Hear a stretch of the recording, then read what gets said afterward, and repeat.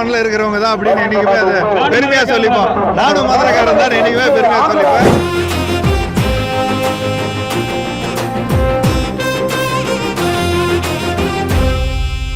நார்மலா அவங்களோட மாடர்ன் காஸ்டியூம்லயே பாத்துருக்கோம். இந்த வேஷ்டி சட்டை அது மதுரை மண்ணுல எப்படி இருக்கு இந்த தருணம் உங்களுக்கு? நான் நடிச்சிருக்கிற படம் ட்ரிபிள் டீங்க, அதாவது தலைவர் தம்பி தலைமையில் அந்த படம் முழுக்க இதே காஸ்டியூம்ல தான் இருக்கிறேன்.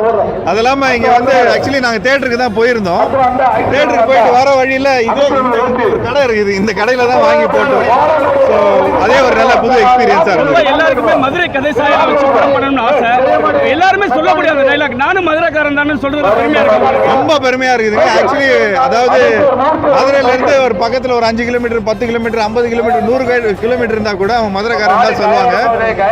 இப்போ எங்க ஃபேமிலி எல்லாம் பாத்துட்டீங்கன்னா எங்க அம்மாவோட சைடு வந்து கொடைக்கானல், எங்க பாட்டி வந்து பெரிய குளம். அதனால நாங்களும் மதுரை மண்ணில் இருக்கிறவங்க தான் அப்படின்னு என்னைக்குமே அதை பெருமையா சொல்லிப்போம். நானும் மதுரைக்காரன் தான் என்னைக்குமே பெருமையா சொல்லிப்பேன். அது இல்லாம மதுரை வந்து எனக்கு புதுசு இல்ல, தெனாவெட்டுன்னு ஒரு படம் பண்ணியிருந்தேன்.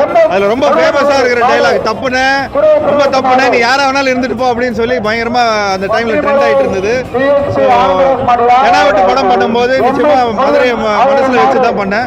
அது வந்து ஒரு மதுரைக்காரனை தான் பண்ணியிருக்கேன். இன்னும் வரைக்கும் இப்ப கூட தியேட்டர்ல கூட சொன்னாங்க, நீங்க தெனாவெட்டு படம் மாதிரி பண்ணுங்க, அந்த கேரக்டர் ரொம்ப நல்லா இருக்கு, மதுரைக்காரனா பண்ணிருக்கீங்க அப்படின்னு சொல்லி அந்த அனுபவம் பாசமும் இன்னமும் இருக்குது. இப்போ மதுரைக்காரன் டைரக்டர் சொல்றீங்க, ஜல்லிக்கட்டு பார்த்திருப்பீங்க, ஒரு வைப் உங்களுக்குள்ள ஏறி இருக்கு. வரக்கூடிய காலங்களில் ஒரு மாடுபிடி வீரரா உங்களை எதிர்பார்க்கலாமா? நிச்சயமா இப்போ பார்த்துருக்கிறேன். ஸோ நிச்சயமா அந்த மாதிரி ஒரு ஐடியா டைரக்டர் கையிலும் போயிருக்கு. ஸோ நிச்சயமா அது வந்து ஒரு தாட் ப்ராசஸ்ல இருக்கும். இன்னைக்கு நைட் வந்து ஒரு பெயிண்டிங் மாதிரி என்னோட கண்ணில் வரும் அது.